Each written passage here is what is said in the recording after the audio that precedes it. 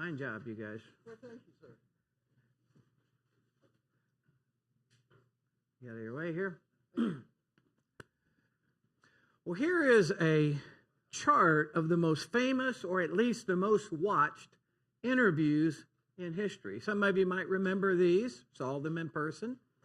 I remember number 6 when Hillary Clinton said, "I'm not just some Tammy Wynette standing by my man," and country music fans have still not forgiven her for that. I recall watching number 11 when John and Patsy Ramsey were interviewed and pretty much accused of murdering their 6-year-old daughter, JonBenet. But a lot of you are old enough to remember the Richard Nixon interviewed Princess Diana, Monica Lewinsky, Michael Jackson, some really historical interviews. But we don't have any like that during this series. Just telling you. We have actually something much more important, much more substantial wisdom from some real life experiences of some real life interesting people of faith. When you think about it, the Bible is filled with this kind of thing, not interviews per se, but, life lessons from the life of Moses, from David, from Mary, from the 12 disciples, from Jesus, from Paul.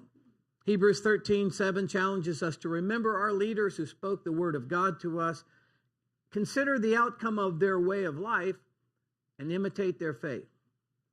Well, next Sunday, we're going to have Emmanuel Crawford as our guest. He was actually a child slave in Africa, was adopted by an American family, and was just named this week the Gatorade Oklahoma State Football Player of the Year for the 2022 season.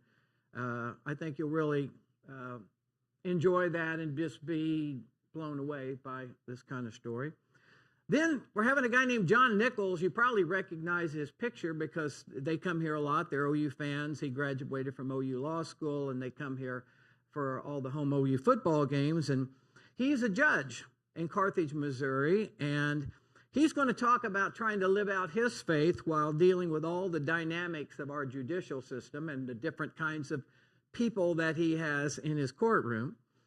And then on February the 5th, I'm going to interview Jack Spates, who as a kid grew up wild in New York, somehow found wrestling, became a state champion in New York, went on to become a national runner-up champion in college, was the wrestling coach at OU for 18 years, winning National Coach of the Year in 2006. Now around here, there's no more familiar name when it comes to sports journalism than Barry Trammel. He's won the Sports Writer of the Year, Oklahoma Sports Writer of the Year 6 times. He was inducted into the Oklahoma Journalism Hall of Fame in 2018. And most importantly, he is the twin brother of Terry Trammel, who we have all come to know and love in our church. And we've actually got some pictures of it. So let's welcome today Barry Trammel.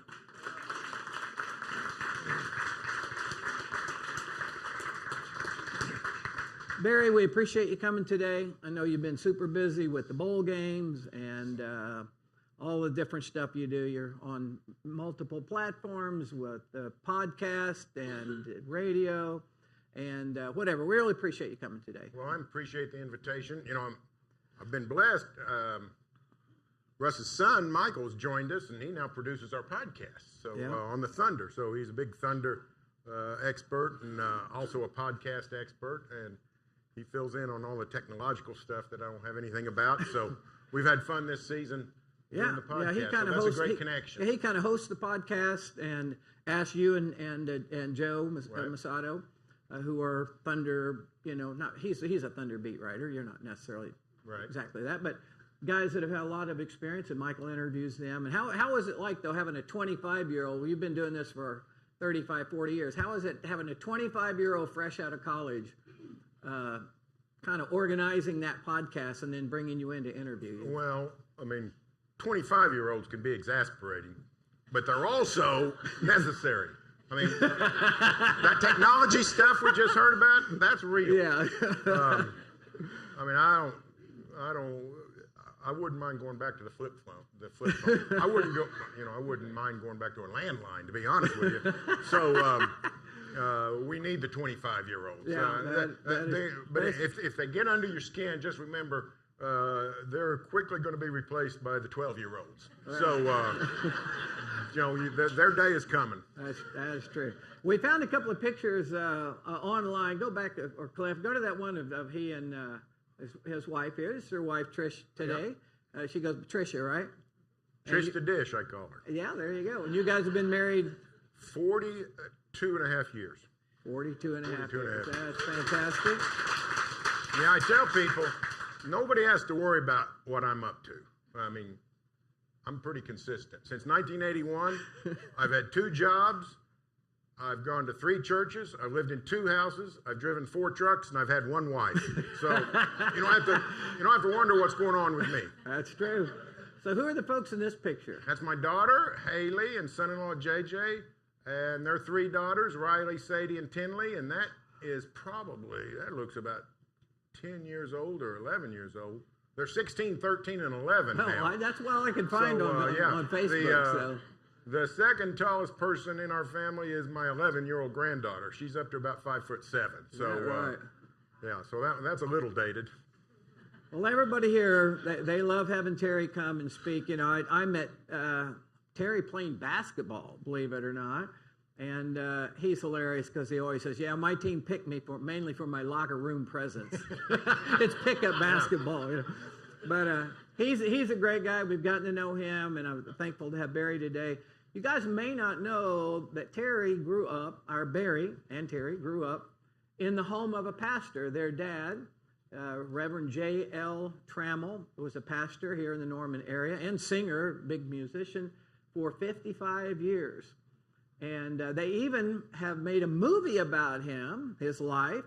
And we have tell me a story. And I watched the movie. Terry told me about it, and I looked it up on YouTube or wherever it was, and I was able to get it and watch it. It was fantastic. And so what was it like, growing up in the home of a pastor? Well, let me preface it by saying this. My brother preached his first sermon when he was 14. So growing up the son of a preacher is nothing compared to sharing a bedroom with a preacher when you're 14 and 15 years old. So next time you think your life's gone off the rails, think about that. So, but no, my dad didn't always pastor throughout that time. He always preached selected places. He pastored before and after I was a kid, but he was always involved in music and the church and all that. And it's just the most blessed grounding, the most blessed foundation you can have. Just knowing that, first of all, you could always count on him for anything. But, you also knew, it gave me a good perspective of ministers, because just to be honest with you, I've come across some ministers I wouldn't trust to hold the door open for me, and 2 or 3 of those experiences, and you say enough for me. But not only did I know real ministers, I lived with one the entire time I was growing up. So that made me, basically insulation against disappointment later. So, and whenever anybody asks about my dad, I always, I'm thrilled to talk about him. But my mom was probably the one that gave me and my brothers the most spiritual foundation and foundation. I was 40-something years old, probably around 40. I read a Rick Warren book, and he had the story of Mephibosheth, which is a story we can talk about later. But I thought this is the greatest thing of all time, because here's a Bible story I didn't know. I never heard the story of Mephibosheth. Yeah. And it made me think, wait, why is that such a big deal? But the truth is, my mom would tell us so many Bible stories when I was 4 or 5, 6 years old. By the time I was 9 or 10, I was close to knowing all of them. And so it was a cool thing when I'm 40 here's one I didn't know. So she was great in establishing that foundation as well. Michael, and when he back, we used to have like 3 services when he was a little kid. He was like 8 years old.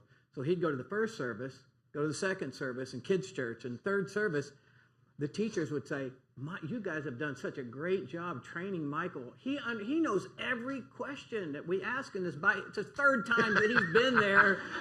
They think he's a Bible genius. It's like, we think, Michael, don't answer all the questions when you're in there for the third time. Let other kids do it. So I don't know if we did as good a job as my folks did with me. My dad was a pastor also. And, you know, it's interesting. Some people grow up in the home of a pastor. They rebel. PK, you've heard the whole deal of preachers' kids that often go crazy. And I'm the youngest of 6, and the other 5, they were just angels, literally. I mean, and I was the one, for some reason, that just went off and tormented them from about 12 to 17, conversion to. And then I tried to spend the rest of my life making up to my parents that 5 or 6 year period of where I just absolutely tormented them to death. But I kind of went that way. But did you rebel against those things that you were taught and the circumstances, or did you more embrace it and at the time? Well, no, I was never a rebel. Trying to think of the word. I did a few things that I didn't like. Did a couple things they told me not to. You want to confess now? Well, I mean, just us. It's nothing. Like, no, nothing that would. I don't guess I ever get me. But well, I did have that. You know, I was more of the guy. My spiritual journey. You know, I discovered sports at an early age, and I was a sports kook by about 8. Really? I quit baseball 25 years ago following it. But the numbers I could tell you about the great players in Major League history, how many home runs they hit or what their batting average was, I still got it in my head from 9 years old. So that's what most of my energy went to. I would say that where I fell off spiritually is it took a long time. Serious. I believe in serious Christianity. I told somebody a while back, if we're not going to be serious, during the pandemic, I don't know exactly what you guys did, but our church shut down, went digital, and I discovered that Sunday mornings are pretty cool. I mean, there's not a lot going on.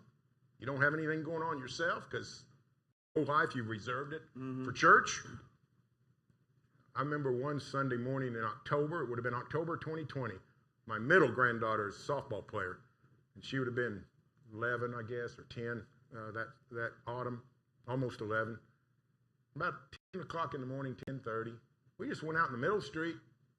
It's about 58 degrees, a light breeze, the sun was out, and we played catch in the middle of the street. No traffic at all. No traffic. Live in a cul-de-sac. And I remember thinking, now this is pretty cool. On Sunday. And what I've chosen to do on Sunday morning for my entire life is very important. Be in the house of God. But if you're not going to be serious about your Christian walk, you're better off being out in the cul-de-sac playing catch with your granddaughter. That's true. So, at some point in my life, I don't know if I was 25 or 30. I'd have to go back and look at it. Maybe I was 30. I got serious. And that's when I really started following Christ and trying to do what he said to do. I don't think Christianity's complicated.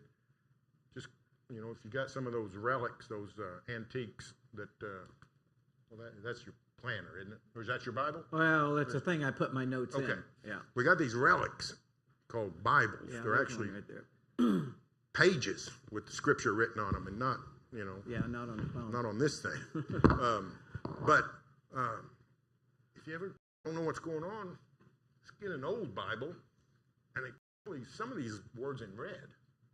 If you read those red letters, you're way ahead of the curve. Just do what Jesus said to do. And then all the other stuff can end up making sense. But so somewhere along then, so no, I was never a rebel.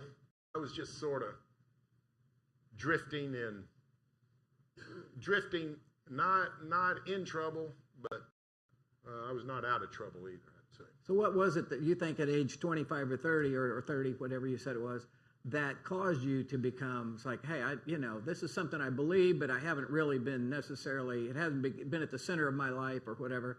What were the factors that caused you to say, it's time to get serious about this? Well, I mean, I think it was a series of things. One, as I became a father at a young age, I was 21 when my daughter was born. And she changed my life literally just from the second I saw her in Norman Regional Hospital in the delivery room. And sort of blew my mind in a lot of ways. But I also detected a really strong responsibility that, I don't know how anybody else's marriage is. I don't know. I'm not an expert on marriage except my own. And I mean, I can tell you the rock in our relationship is Trish the Dish. I mean, if you want to see a lost soul, take her out of my life for 35 minutes, But all of a sudden when I have this daughter, I'm thinking, I'm responsible for this person. I mean, I'm, feed her, clothe her, all those things, but I'm also supposed to direct her and lead her. Mm-hmm. And, I love the song we sang about, by his hand we are fed, by his spirit we are led. And, we're charged with our children to raise them up in the way that God would have them go. So that was the start of it, probably, getting really serious, being a father. And then just some things I heard and, that opened my mind up about the Christian walk. So it reached a point, and it's still happening. I mean, I've done more. I'm 62 in 5 days, and I've gotten more serious in the last 2 years than probably in the last 25 before that combined. So God's always working on me. I don't know about anything else. There's an old gospel song from, I think the Hemp Hills wrote it in the 90s, said, he's still working on me. People always ask me about the radio and Ashbeck and Traber, and they want to know what are those guys like. I say, well, Al's different than what you think. He's, on the radio, especially when he's just with Jim, he's sort of cuckoo. He'll say anything, and he's silly, and it's sort of nonsensical. And he's not that way. He's not that way in real life. He can be a really measured person and a contemplative person, and he's just sort of a character on the radio. Traber, he's exactly in real life the way he is on the radio. Exactly. But I tell, Jim's an avowed Christian, and I tell people, God's still working on Jim. And the truth is, God's still working on me. I mean, I hope he's working on you too. I hope none of us have reached the point where we're saying, well, I've made it, I'm good. Yeah. Because, God's always got more for us. You think there's, that something to the fact that Dean Blevins is a son of a pastor. Right. He's probably the most well-known broadcaster or, whatever you call news anchor sports guy. And you're the most well-known sports writer in the state. Do you think there's some coincidence that both of you guys are sons of pastors? Do you think there's anything to that? Well, it's interesting. Not just that. We both grew up on the east side of Norman, too. It's interesting because that's probably not the way it is in New York or California. No, probably not. Or Connecticut. But in Oklahoma, you got a shot at it. Yeah, well, that's true. I mean, just sort of the way it is. But it is good. People ask me sometimes what it's like to work in the sports business and the media and all that, and dealing with a lot of different kinds of people. But in Oklahoma, it's not terribly different. Most of the people I deal with and my colleagues, most of them are probably on the same spiritual plane or ratio as the people you work with. I don't work with a bunch of agnostics, maybe one or two. Mm-hmm. Reprobates are in short supply. So it's an amazing, when you talk about me and Dean, it's an amazing coincidence, but I also think God puts us in special places. I mean, I know that God directed my path. He's the reason I'm where I'm at professionally. There's not any question about that. I mean, to be born to the family I was born to, you know, when I grew up, my dad took me 4 newspapers a day. You can't do that. You can't even do that now if you wanted to. Couldn't afford it. Couldn't afford it, and they wouldn't deliver them anyway. But we had 4 a day. So by the time I was 10, I was reading 4 newspapers a day, and by the time I was 12, I sort of knew what I wanted to do, and I knew, you know, I don't have a lot of talents. I can't sing a lick. I don't know anything about mechanics. You know, if you ask me to take apart a carburetor, you know, my eyes start glazing over. But I was born with the gift of writing, and I think writing is something it's a talent you're born with. Now you can cultivate it and make it better. If you can't write, you can learn and be better at it. But great writers or good writers, I think, are born, and I think that's a blessing God gave me. But to also be put in the environment I was in, it sort of magnified because of my dad's interest in newspapers and sports, and I was able to put all that together. So your dad was a sports He was sports a guy. he was a sports nut. Yeah. I don't know if my brother cops to this, but my twin brother's as big of a sports nut as I am. He really is. I can get out my phone. You can see his text about. He is. I can get out my phone. You can see his text about the college football poll and NFL coaches, and he loves that stuff, and we all did growing up. Well, my mom didn't, but me and my 2 brothers did. Bless my mom. So yeah, I was just placed in such a perfect environment for what I wanted to do, and was eventually able to do. And so, at what age did you think or realize, hey, I could actually do this for a job? I could cover sports as a job. I was able to figure it out early, at 10 or 12. All those newspapers. Really? I mean, I had a working understanding of how newspaper. I knew it wasn't like a nonprofit. I mean, I knew these guys writing. They had bylines. They had jobs. Yeah. So I figured that out early. You know, I love sports. I love to play. When I was 11, practicing fifth grade football. We were at practice, and I was playing linebacker. Do not ask me why the coach had me at linebacker. I'm a pacifist. I don't need to be playing linebacker. But he had me playing linebacker, and my friend across the street, Ricky Davidson, he was playing fullback, and we ran a play in practice. I ran in after the quarterback, and Ricky hit me right here. He knocked me straight back, and for the first time, I realized what they meant by seeing stars. Yeah. And I remember thinking, you know, it's a fun game to watch, but I really that's about it. We have a couple of pictures of you in your sports. Well, there we go. There we go. Highlight that was my 6th grade year. That orange shirt. It says that on there. Yeah. When I was 5th grade, when I was 12. Some of you might remember Bo Overton. He played point guard at OU in the '80s. We grew up together, same neighborhood, and we were great friends. He called me one day on a Sunday in the summer of, I think it was '73, and he said, "I'm going to the AAU National Championship with the Oklahoma Rams." That was the AAU program in Oklahoma City. Bunch of great players. And in the 70s, the Oklahoma Rams won 2 or 3 national championships. So it was a big deal.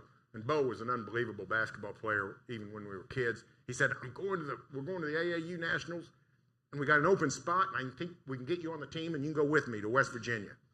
I said, okay. He said, we got practice today, so we'll come by and get you at 3 o'clock. I said, okay, great.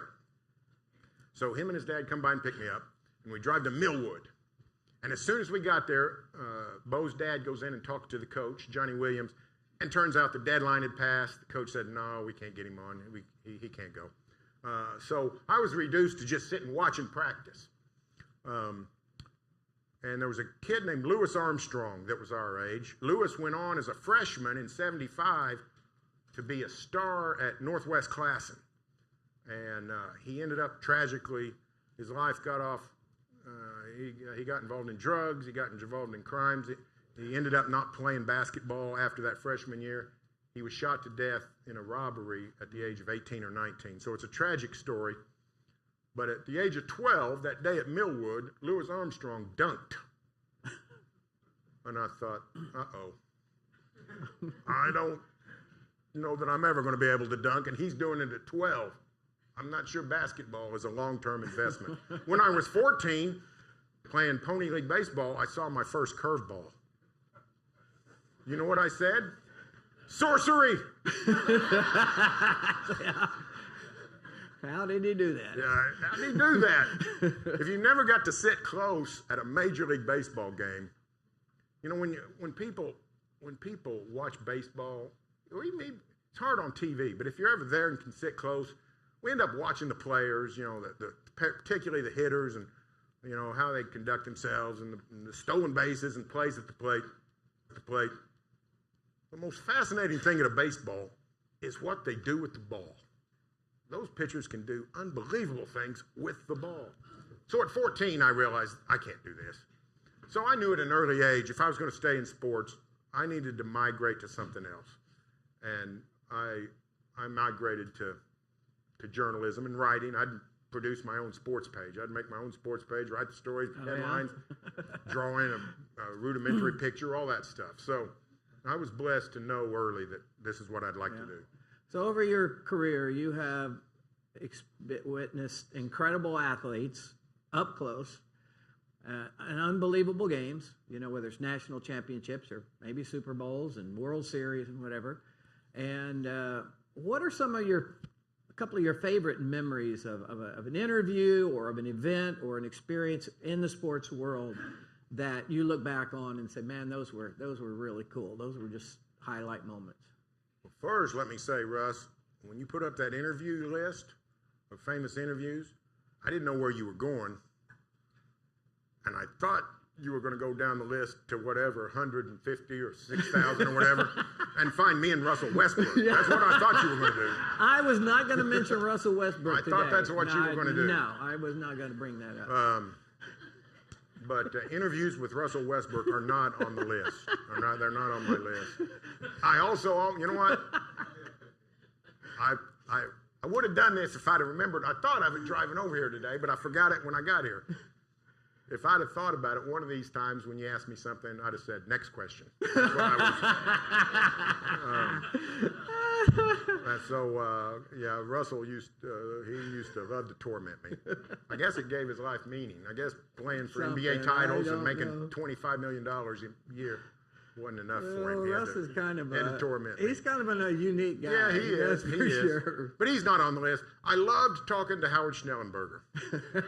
Howard Schnellenberger was the OU coach in 1995. He was here 1 year. Yeah. He had no business being here. No. Terrible fit.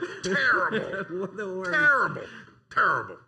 But Howard loved the media. Man, did he love the media. He loved he wanted us to come and watch practice, which now they got the Third World Army out there to keep us out of it, keep us out of practice. But he wanted you there, and he'd have a press conference or even just sit around the table and talk after every practice. And he'd tell old stories, and he loved to talk football. If you asked Howard Schnellenberger, hey, Howard, why didn't you pass on 4th and 1 at the goal line? You know what he'd answer? He'd tell you. He'd explain his rationale. He said, well, we did this on first down, and that set up the second down play, and then he'd explain exactly what's going on. And coaches don't do that. Coaches today have no interest in explaining football to you, because football is an inaccessible sport. We don't really know what's going on. Literally. I mean, we don't know what kind of defense anybody's in. We don't know what the man in motion does in terms of how it sets everything up. We don't know any of that. We just know what happens. And Howard would explain it to you. So I love talking to Howard Schnellenberger. He needed to go, but I was sad when he did. And I love talking to, the old coaches were good. You know, Switzer's still great. I see him at lunch about once a week. I have a group of friends at Juan Del Fuego we go to, and he's usually in there on Wednesdays. Eddie Sutton was great. Billy Tubbs? Billy Tubbs is great. Now, he'd get mad at me, Tubbs, about once a month. But he was great, and by the end of his tenure and late in his life, he really liked me. In fact, his son's after me to write a book about his dad. Really? So I don't know. I don't have time to read a book, much less write one. But were you there the night when he when he said, yeah, no matter how bad the officiating is, please don't throw things on the floor. That was one of the classic moments he's a of trip. OU basketball He's a history trip. against Missouri. He's a trip. Yeah. And the last of the Mohicans was Mike Leach. Yeah. He was great to deal with. And of course, he tragically died last month. But the new coaches aren't that way. So, I'm blessed. I can tell all those 25-year-olds, it wasn't always this way. There was a time you could actually have a relationship with a coach. Yeah. Can't do that much anymore. Sometimes coaches in their old age sort of come around, though.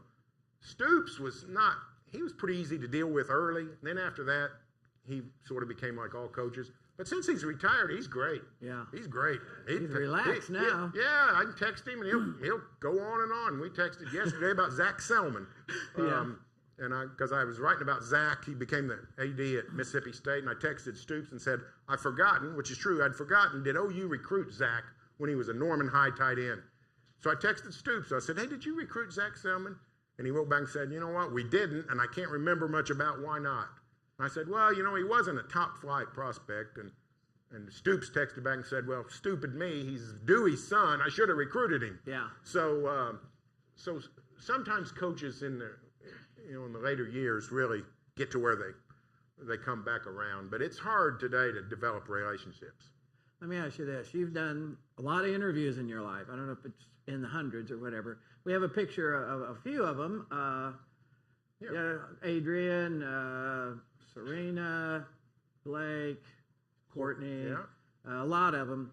Have you ever been nervous? Has there ever been someone that you interviewed that because of maybe their reputation or something like that, you got nervous before you interviewed them? I get nervous anytime I interview a female.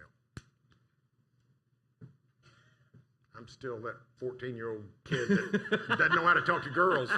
I said that. My wife can tell you, sometimes when we have a conversation, I don't immediately respond because my mind's exactly what am I supposed to say here? Or what do I need to say? You definitely don't want to say or do the wrong thing. When I'm talking to, whether it's my best friend or a stranger or Adrian Peterson, if it's a male, what do I care? I'll say anything. Have you ever interviewed Nick Saban? Or, ask him a question. I've asked Nick Saban questions in press conferences. How'd that go? Bobby, it went fine. He's not too bad. Bobby Knight is a total. Oh, yeah. He's a trip. I mean, that's a difficult one. Greg Popovich, but Popovich ended up liking me for some reason. When the Thunder and Spurs were playing a lot, I had a New York writer, maybe the best compliment I ever got. A New York writer said something like, I need to get you to ask my questions for me because he'll answer your questions. He won't answer mine.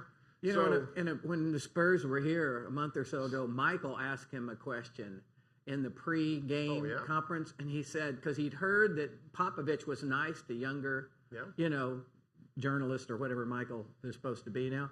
And so he asked a question, and he actually gave an honest, like a 45-second answer, just like a straight answer. He didn't insult him, or he did walk in. He did walk in. Michael said he walked into the interview thing before the game. He stood where the microphone was at his waist. He said, "What do you guys want?" Yeah. That was his opening thing to all the media guys. What do you guys want? Yeah. But then he was nice to Michael. There's probably a biblical tie if you can figure out Popovich, because here's the deal. If you ask really good questions, he'll answer. If you just ask some blow-off question, he's not. He won't give you 4 seconds of it. No, when he does the between quarters in the TNT games, if they ask a dumb question, they're not going to get a great response. That's exactly right. It's hilarious if you're not the person asking the question. If you're at home watching it, it's usually pretty funny. That's exactly right. Well, I have noticed, though, one thing that you do. We have James Hale in our church. Everybody knows him. Hey, James. And James, he always introduces his show by saying, it's the Lord's given me a great day here to talk with you guys. And he kind of, puts his faith out there a little bit. And I notice that you often have, in an article with the Oklahoman, a biblical reference or a biblical, you quoted the coach from OSU, the girls basketball coach, the Galatians, whatever. 6'9", Yeah. Just yesterday or the day before that in the paper. But you often have, biblical analogies or, Samson and David and Goliath or different things like that in your articles that as a person of faith who knows that most of the time you can't even do that anymore anywhere without getting in some kind of trouble for political correctness. But you seem to always do that, and I just want you to know that people out there who are believers resonate with that and appreciate having our faith out there, just in the regular world sometimes. So we appreciate you doing that. I do that mainly. I don't have any grand illusions of reaching a sinner or somebody's lost, or I'm not trying. I don't think that's going to convert anybody. But it is sort of a lifeline to a lot of people who are Christians. And the main reason I do it is most of the time it's just really a cool literary device. Mm-hmm. The Bible's cool. Well, it's full of cool phrases and cool stories and analogies. And, I understand the evolution of Bible editions and versions and things. And I know why we don't use the King James Version. And I know why we probably even shouldn't use the King James Version. The King James Version has some problematic issues about it from its origin. But it just flows so cool in so many ways. Yeah. We had a funeral the other day, and the minister read the 23rd Psalm, and he read a modern version. Yeah. And I remember thinking, wouldn't have been a bad time to bring out the King James Version. Yeah. Yea, though I walk through the valley of the shadow of death, sounds cool. I even do that at funerals. Yeah, so I don't use a new version at funerals. Yeah. Yeah. So, but I use it as a literary device, and I know that it does connect with people. Sometimes I don't even realize it's a Bible connection, or I didn't do it. It's those stories that you learn from your mom and your parents, and they come back. It makes sense. I have to remind myself that not everybody walking streets of Norman, Oklahoma, knows anything about Moses. I assume everybody knows all about Moses, but if you think about it, all kinds of people don't know anything about Moses or Elijah or Isaiah or Jeremiah. So if you're going to trot it out there, you probably need to add some context. Yeah, that's true. I wanted to ask you this. You grew up in the home of a minister, Terry's in ministry, and then you're doing sports stuff, which could seem like, what meaning do you get out of doing sports stuff? It's people love it. It's relevant to a lot of people's lives. What is the most meaningful thing to you about the work you do? Well, the work itself is just flat fun. When people say you got a great job, I never argue with it. I realize that. I know I do. Yeah. I know I have a job that 99.9% of the population would trade. I tell people I got the best job in the state. I used to think I had the second best job in the state. I used to think the best job in the state was the lieutenant governor. Did you ever think about the lieutenant governor, what he does? First of all, we don't know what he does. They don't even know who it is. In general, he goes around and goes to cool events and meets interesting people, and nobody cares what he says or does or thinks or anything. He has no responsibility. You said we don't even... I actually know the lieutenant governor's name because I think it was last week I spoke at a civic club, and I said what I just said, and I told him, I remember his first name's Matt, but I don't remember his last name, and somebody says Pinnell. So that's sort of on my brain still. So I know who the lieutenant governor is. But every 25 or 30 years in Oklahoma, we indict the governor. And if we get him out of office, the lieutenant governor has to be the governor, and that would be a drag. Yeah. So I think I got a better job than the lieutenant governor. So it's fun and it's rewarding, and I've been blessed that I've stayed ahead of the posse. So I've had a great life. But I think the true meaning is it connects with people. My job does. Because not everybody is a sports fan, I realize that. But a whole lot of people are sports fans. And, the newspaper used to be the dominant media everywhere. Mm-hmm. And more than half the state took the Daily Oklahoman. We would deliver to literally every address in the state, including the corner of the Panhandle. in the corner of McCurtain County. Those days are gone. But the sports animal and the radio has a huge reach, and I've gotten to be in that in the last 15 years. So if people don't know me if sports fans don't know me through the newspaper, they know me through the radio. And so, and the other thing is, even if you weren't a sports fan, a lot of you who weren't sports fans in 2008, we had a spaceship crash in our city, and the Thunder hung up a shingle. And you know who's the number one demographic of NBA and Thunder fans now in Oklahoma? Senior citizen women. They love the Thunder. I'm serious. They love the Thunder. We got some of those. There you go. Barbara and Jerry over here. And it's easy to understand. Yeah, they are huge basketball fans. It's easy to understand. Yeah. They're played in the winter when it's not easy, especially if you're an elderly person. You don't really want to get out. It's cold and dark, and you got to do something with those long nights.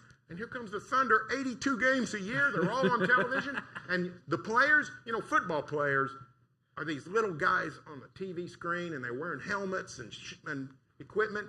You wouldn't know them if you passed them on the street. You wouldn't know who they are. But the NBA, these guys are out there, and there's only 10 of them on the court at once, and they're all in short pants, and you get to see their faces and their attitudes and their actions and their personalities. Yep. It takes about 6 games, and you think you know them. Yep. I mean, Kevin Durant was here 8 years, Russell Westbrook 11. You literally saw hundreds and hundreds and maybe 1,000 of their games. And you know what those guys become? They become your grandsons. They do. They become your grandsons, and you say something. You can say something bad about all kinds of people, but you say something bad about one of those Thunder players, especially in the golden years, you were stepping on the toes of a 75-year-old woman in O'Keene. But now so many more sports because of the Thunder. An even bigger segment is a sports fan. Yeah. And I'm able to connect with people that way. And whether it's reading something in the newspaper, which we talked about, or hearing my voice on the radio, people feel like they get to know me, and hopefully they see something in me. And it also on a relationship, personal. It's a way to connect with people. And hopefully they see something in me. If they get to know me, maybe they'll realize that I am who I say I am. And, I represent who I say I represent. And if I can, then I think God's work is being done. Well, his wife said that they actually went to the early service at their church this morning before they came over here. That's more serious than I would take my own personal faith.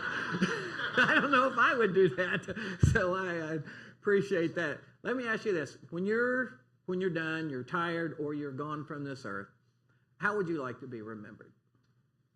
I want to be remembered as, first of all, a family man, somebody that people know my family could depend on me, that I wasn't going to let them down. And I was never going to be anything except a great example and a great support for them. And the same thing for my friends. That's how I'd like to be remembered. And I would also like to be remembered as somebody who knows that I was given an unbelievable gift to have the spot in life that I have, and that I did something with it. I didn't waste it. I didn't exploit it. I didn't use it for whatever gain. That I took it and tried to do something with it, whether it's to further the kingdom of God, whether it's to help colleagues, whether it's to help the company, whatever. But I don't like selfishness. That's a turnoff to me. I don't like arrogance. So that's, if people say he loved his family, he wasn't selfish, he wasn't arrogant, then I'll take that. Is there a favorite verse you have, or something that you would, normally, you kind of have to be cautious in how you talk about your faith in the newspaper and stuff like that. If you just went right out, or on the radio, you'd probably get some big pushback, But here, you can say anything you want, Right. And so is there a favorite verse or something you just want to say to other people who are believers and are out there trying to live the life, and follow, God's call on their life and stuff? Is there anything that you would want to say to us just from that perspective, if you could say anything at all, My to leave everybody with? My favorite Bible verse is 1 John 13, 34 and 35. When Jesus said, a new commandment I give unto you, that you show love one to another, for by this shall all men know that you are my disciples, if you show love one to another. And too often in our world today, and probably the same is true always, we don't really show true love one to another. I couldn't sleep last night. Been fighting the cold and whatnot, and just couldn't sleep, so my mind was racing about what I wanted to say today, and this popped into me, and this is not a literal statement, but when I said I've driven 4 trucks since 1981, that's true. Got a pickup. Always have had a pickup. And popped into my mind, not literally, but figuratively, Christians ought to drive pickups and not sports cars. Hey. I have a Mazda Miata. Well, here's the thing. Now, like I said, figuratively. Figuratively. There you go. Dig your way out of this analogy here. Because what good does a sports car do? Can you help people with a sports car? Maybe you can. And Jana says I can get all my friends in my car. If you do, fine. But you know what? Holds 2 people. Christians ought to be driving pickups. Because you know what? You can help people with a pickup. There you go. Move something, grab something, wheelchairs, whatever it is. So, but just that mindset that, hey, I'm here to love people. Help people. I'm here to help people. Yeah. That's my job. I've gotten involved in this ministry at our church that feeds the homeless twice a month. And our mission is not just give them a meal. Our mission is to bring them in and treat them like they're guests. And we sit with them and eat with them. And we wait on them like it's a restaurant.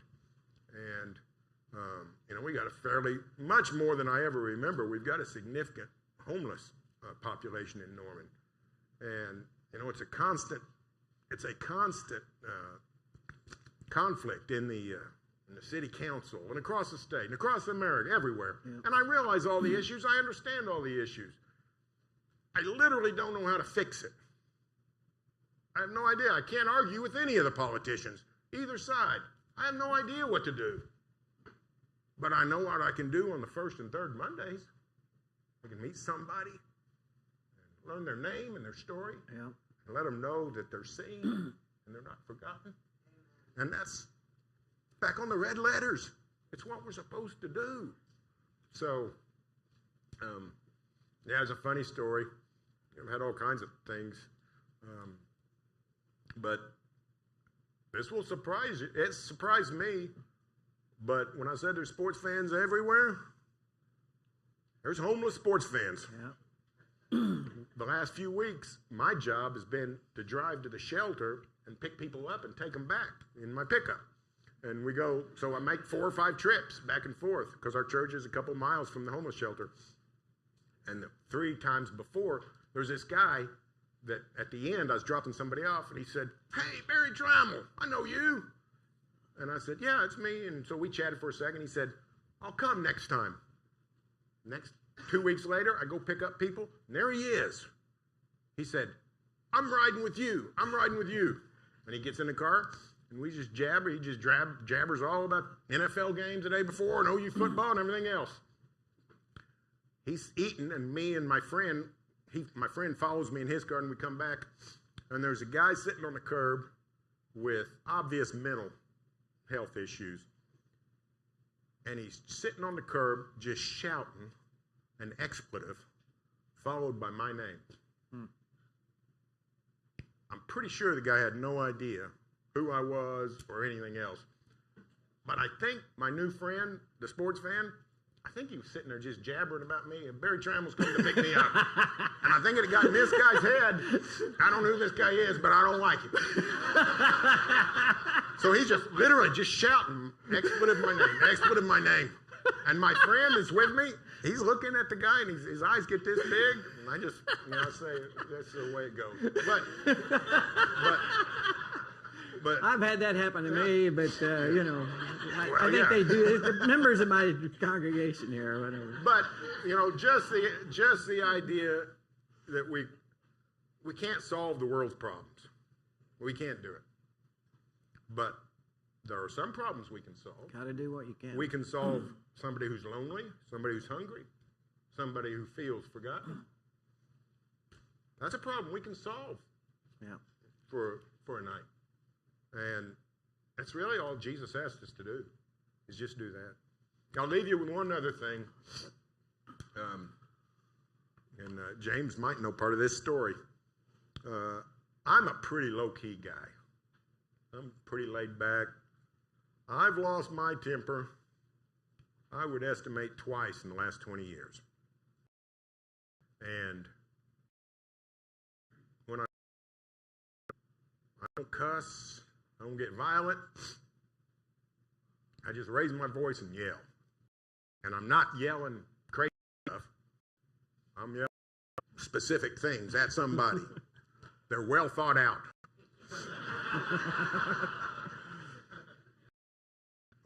No reason to know what those two things were. Last, I can't remember, aunt died in Ada, and we went to the funeral. I met in 1989, and I last saw her in January of 22. And when I first met her, the fruits of the Spirit, the last time I saw her, she exhibited the fruits of the Spirit, and every time I saw her in between, she exhibited the fruits of the Spirit. And we went to the funeral, and her daughter gave a wonderful eulogy, talking about her mother exhibiting. We headed back to town, and that was a night OU softball was playing, and I needed to be at the game for something. I forgot why. And I can't remember if Trish dropped me off or we had our cars down there. Anyway, she goes on home. I go to the softball game. I hadn't been at the softball game 15 minutes with this fruits of the Spirit legacy on my soul and in my mind. And you know what two people I saw? I saw both of the guys I've unloaded on in the last 20 years. That's a true story. I can tell you their name. Joey's a friend of James. And, it just humbled my spirit to think, you know what? I think I got my issues too. So, really what I want to do is, Donis McDonald was her name, is what I want to do. I want to exhibit the fruits of the Spirit. That's a life well lived right there. Can do that. All right, let's hear it for Barry Trammel coming and being with us today. I really appreciate it.